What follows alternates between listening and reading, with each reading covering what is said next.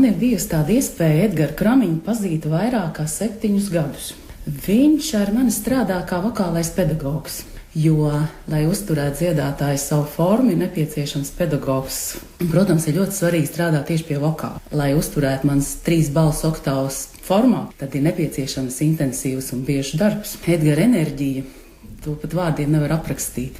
Viņš strādā ar pilnu atdevi, viņš nemāk sevi tā ierobežot. Tādā ziņā man ir ļoti paveicies, jo es uz savām vokālajām nodarbībām eju ar prieku. Es gaidu šīs stundas, ka es aiziešu, un tad pēc tam, kad šī stunda ir beigusies, es vienkārši lidoju, es jūtos tik labi, tā kā no sporta zāles iznākusi, ja, jo viņš strādā ne tikai ar balsi, viņš strādā, protams, ļoti nopietni pie elpas.